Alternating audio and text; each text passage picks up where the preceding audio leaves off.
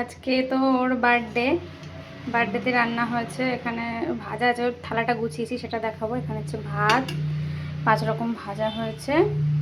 এখানে আছে স্যালাড, এখানে আছে মাংস, আর এখানে আছে পায়েস। পায়েসটা একটু টাইট হয়ে গেছে। আর এই যে এখানে সব কিছু সাজিয়ে দিয়েছি।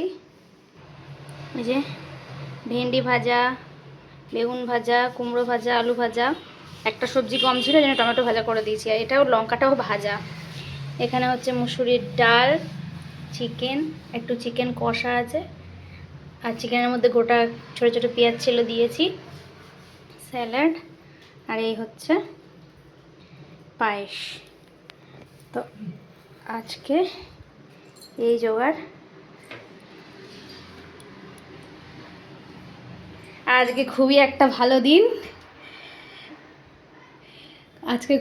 ভালো দিন। আমার বর একটা বার্থডেতে ভালো গিফট পেলো। জয় শ্রীরাম।